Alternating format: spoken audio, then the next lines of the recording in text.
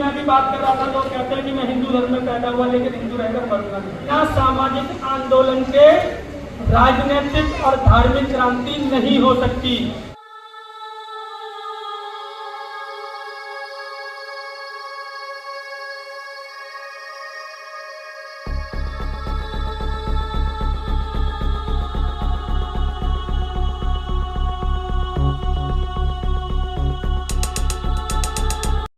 बनवाए, लोगों के भले के लिए काम किया और ये मानवतावादी बात लोगों तक निरंतर समय तक फैलती रहे, इसलिए 84,000 स्तूप और शिलालेख भी बनवाए।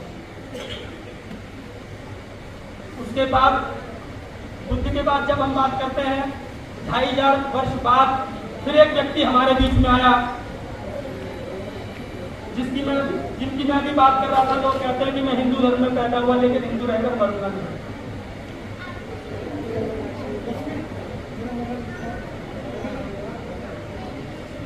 भाई 1935 में कहा उन्होंने, हम लोग समझते नहीं है। मिशन तो चिल्लाते हैं, मिशन को समझ में नहीं आता। मिशन तो डकैतों का भी होता है, मिशन तो चोरों का भी होता है, लेकिन हमारा क्या मिशन है? सही और गलत की पहचान करके सही निर्णय लेने की क्षमता हमारे अंदर है कि नहीं? हम काम बहते चले जाते हैं और कुछ भी करने के लिए तैयार हो जाते हैं। हम समझ लें, हमें ज्यादा कर लगाने की जरूरत नहीं है, ज्यादा समझने की जरूरत नहीं है। जो हमारे महापुरुषों ने किया हमें वही करने की जरूरत है। उन्होंने बताया कि अगर आपकी मुक्ति का रास्ता है तो बिना सामाजिक आंदोलन के राजनीतिक और धार्मिक क्रांति नहीं हो सकती। बाबा साहब ने यही किया 1935 में, कहा लोगों के जिद करने पर। लेकिन धर्म की बात करनी है तो बाबा साहब की इस बात को तो कोट करते हैं, काला राम मंदिर को नहीं करते। लोगों ने तो भी जिद किया, लेकिन लोगों को काला राम मंदिर करके भी दिखाया लोग बाबा साहब ने। लेकिन सही मार्ग पर ले जाने के लिए उन्होंने 21 साल इंतजार किया। 21 साल उसके बीच में लोगों को जागरूक किया।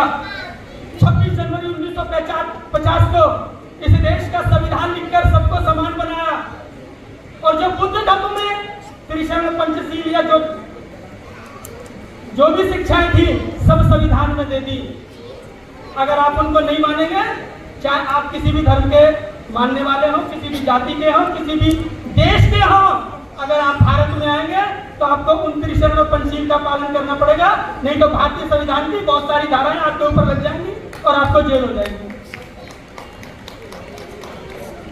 लोग कहते हैं कि बाबा साहब ने 14 अक्टूबर 1956 को धम्म की दीक्षा दी, तो 1950 में वो क्या कर रहे थे? भारतीय संविधान में उन्होंने सब कुछ हमें दे दिया। अगर हम राष्ट्रीय चिन्हों पर नजर डालेंगे, राष्ट्रीय झंडे पर भी नजर डालेंगे, राष्ट्रीय सम्मानों पर भी नजर डालेंगे, तो वो सभी बाबा साहब ने हमें बुद्ध के ही दिए हैं। उनके दिमाग में था, लेकिन उन्होंने 21 साल बाद हमें दिया। जब जब धम्म ने तरक्की की है, जब जब धम्म को बढ़ावा मिला है, जब जब ये शासन प्रशासन में रहा है, चाहे बुद्ध के समय में बिंबिसार ने साथ दिया हो, बड़े बड़े उद्योगपतियों ने साथ दिया हो, बड़े बड़े साहूकारों ने साथ दिया हो, चाहे सम्राट अशोक ने साथ दिया हो। और जब बाबा साहब ने एक क्रांति की जोत जलाई। बाबा साहब ने पहले सामाजिक काम किया, फिर राजनीति की, लोगों को राजनीति का रास्ता दिखाया। लोग उंगली तो देख लेते हैं कि बाबा साहब ने कहा कि राजनीतिक सत्ता वो मास्टर चाबी जिससे सभी प्रकार के ताले खुल सकते हैं, लेकिन बाएं हाथ पर पकड़े हुए संविधान को नहीं देखते। संसद में कोई भी ऐसा व्यक्ति नहीं जाना चाहिए जो इस देश के प्रति आस्था न रखता हो, इसलिए बाबा साहब ने संविधान भी रखा था। लेकिन हम तो यही कहते हैं कि बस संसद पहुंचो, कैसे भी कोई भी पहुंच जाओ। तभी तो 131 सांसदों को आप रो रहे थे।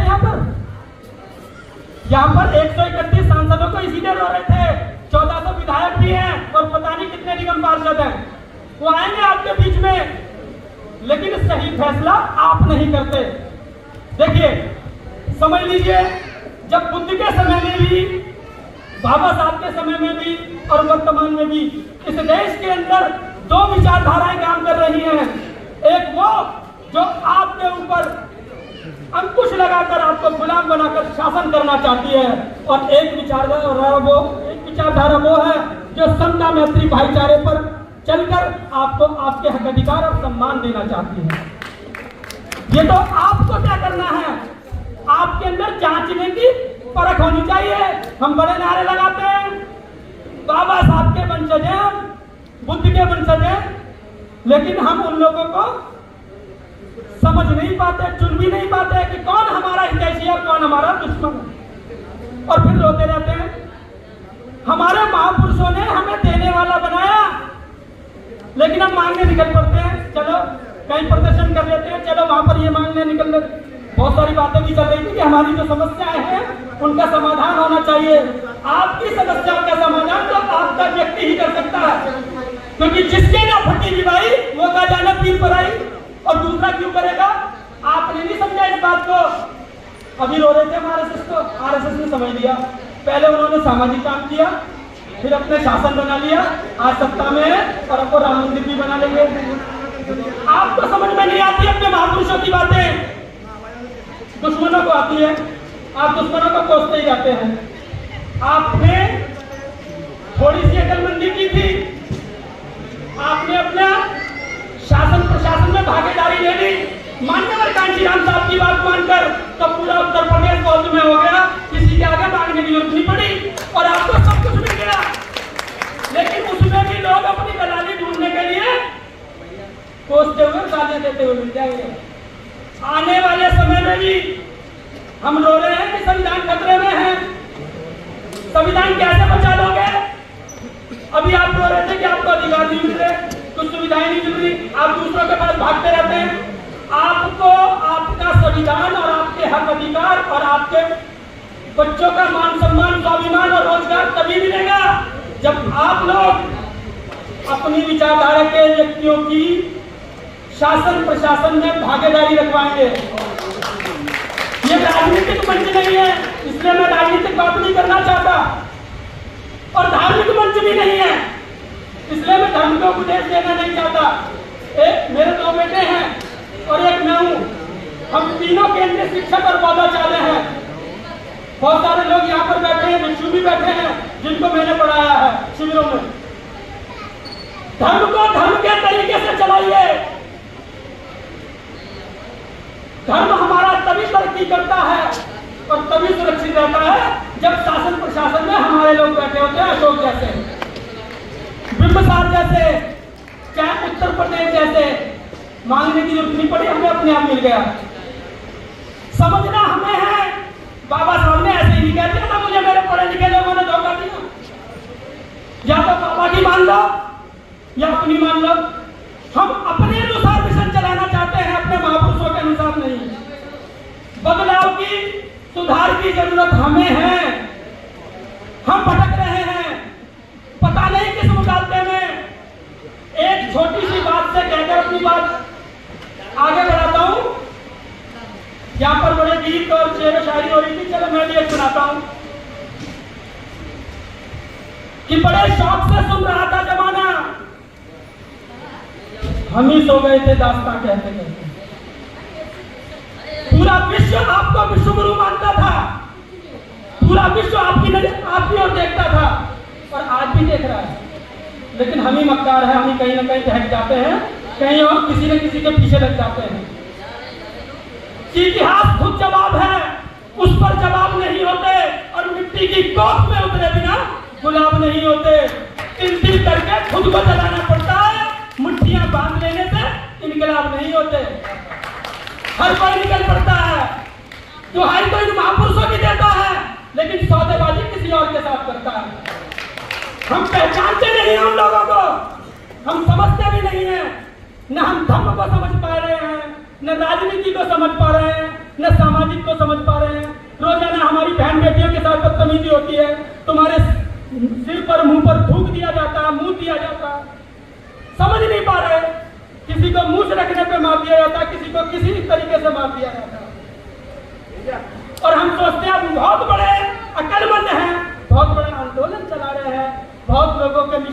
का काम कर रहे हैं। मिशन तो ये था कि हम सब जो इस देश के लोग हैं, हम सबको मान सम्मान मिलना चाहिए, भागीदारी मिलनी चाहिए। देश हमारा है ना, देश की संपत्तियां हमारी है ना, भागीदारी मिलनी चाहिए ना। आज तो बेच बेच कर सारी बर्बादी हो गई और हमारी आंखों के सामने, और हमें शर्म नहीं आती। हमारे बच्चे जब हमसे पूछेंगे कि जब ये देश बिक रहा था तुम क्या कर रहे थे, उस दिन पता आंख मिला पाओगे अपने बच्चों से? नहीं मिला पाओगे। और हम कह रहे हैं मिशन का काम कर रहे हैं। अरे तुम्हारे सामने ही तो सब कुछ बर्बाद हो रहा, तुम्हारे सामने ही तुम्हारी बहन बेटी की बेइज्जती हो रही है। हमें समझना होगा। कहने को बहुत सारी बातें हैं, यह मंच भी नहीं है, आप समझदार हैं। अगर तो आप ये चाहते हैं कि आपको सारा कुछ, रोजगार, मान सम्मान, हक अधिकार इस देश में, अभी बात हो रही थी अलग अलग लॉ की हमारा दुश्मन बात करता है संविधान बदलने के लिए। वो रोजाना, भाई बाबा साहब से ज्यादा अकलमंद कोई इस देश में पढ़ा लिखा है क्या, जो कानून बना देगा? या विश्व के अंदर है जो काम हमारे दुश्मन कर रहे हैं इस संविधान को बदलने के लिए, वही हम में से कुछ लोग निकल पड़ते हैं। कोई SC/ST कानून की बात करता है, कोई किसी और कानून की बात करता है, कोई किसी और कानून की बात करता है। तो मैं उन्हें दोषी नहीं मानता जो हमारे दुश्मन है। हम में से ही कुछ मक्कार किस्म के लोग संविधान बदलने के लिए उनको प्रेरित कर रहे हैं। कैसे? बुद्ध ने कहा ना, कोई भी समस्या है तो उसके पीछे कारण है।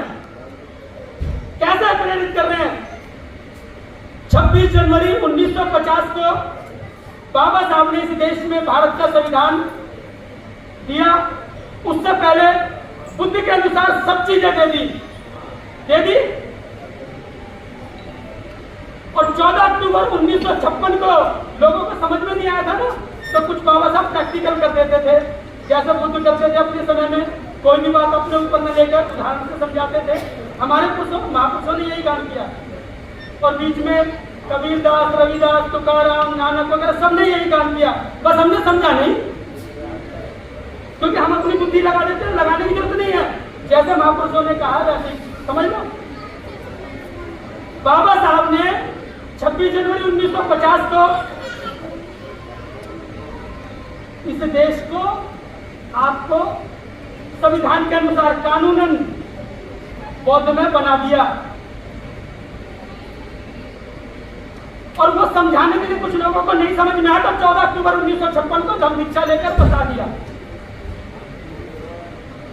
क्यों? इसीलिए आपके देश का प्रधानमंत्री, मुख्यमंत्री, राष्ट्रपति विदेशों में जाकर बताता कि मैं बौद्ध के देश से आया हूं।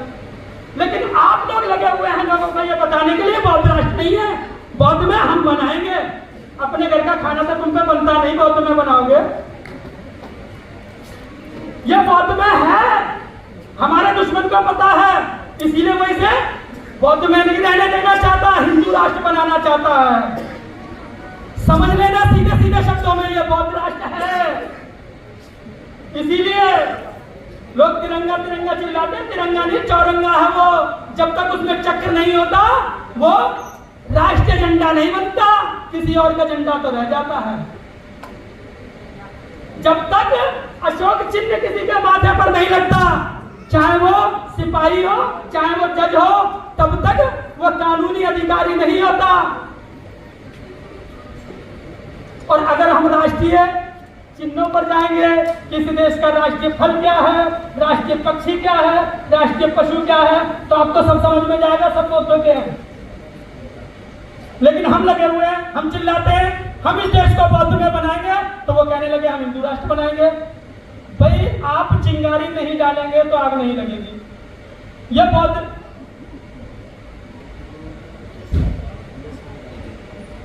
बौद्ध राष्ट्र है। इस देश को सम्मान की नजर से देखिए, पूरा विश्व इस देश को सम्मान के नजरिए से देखता है, क्योंकि इस देश में मेरे बाबा पैदा हुए हैं। अभी आपने देखा 2 मेरे बच्चे हैं, मेरे साथ इस मिशन का काम करते हैं, मैं भी करता हूं। इस देश में मेरे बाबा पैदा हुए हैं, लोग इसलिए सम्मान की नजर से देखते हैं। इस देश में मेरे बाबा के गुरु भी पैदा हुए हैं, इसलिए पूरा विश्व इसे सम्मान की नजर से देखता है। इस देश की फजीहत मत कराइए, इस देश को सम्मान दिलाने का काम करें। एक अंतिम, कुछ लोग आ गए हैं तो इस शेर सुनाकर ही खत्म करता हूं कि मुझे अपने बिखर जाने का गम नहीं, मुझे अपने बिखर जाने का गम नहीं, आने वाली नस्ल के चेहरों तुम तो समझ जाओ। इन्हीं शब्दों के साथ अगर मेरी बात समझ में आ गई बहुत अच्छी बात है, नहीं समझ में आई है तो कभी भी, यहाँ पर बहुत सारे लोग बैठे, नहीं तो सुनील मोदी से मिलकर आप मुझे बुला सकते हैं। मैं 3 दिन बंद कमरे में कैडर लेने का काम करता हूँ, जो मान्यवर कांशीराम साहब करते थे वही काम मैं करता हूँ, कभी भी बुला सकते हैं। मेरा परिचय पूरा नहीं दिया गया, मैं बहुजन महापुरुषों के आंदोलन का सिपाही हूँ और बहुजन आंदोलन बसपा चलाती है और कोई नहीं चलाता। आपने देखा होगा, मेरे नाम के साथ लिखा होगा, है ना? तो इसीलिए लोग कहते हैं बसपा बहुजन महापुरुषों का आंदोलन है। मैं उसका सिपाही हूं, मैं उस विचारधारा के साथ हूं जो समता मैत्री भाईचारे की बात करती है। मैं उस विचारधारा के साथ नहीं हूं जो गुलाम रख के लोगों का शोषण करने की बात करती है। इन्हीं शब्दों के साथ आप लोग आए, मेरी बात सुनी ध्यान से, आप सभी का धन्यवाद और इस पूरी टीम का, साथ साथ सुनील जी का बहुत बहुत धन्यवाद। जय भीम, जय भारत, नमो बुद्धाय। धन्यवाद सर। उम्र चाहे कुछ भी हो जाए, विचार तो क्रांतिकारी रहते हैं। खैर समय बहुत कम है और लिमिट का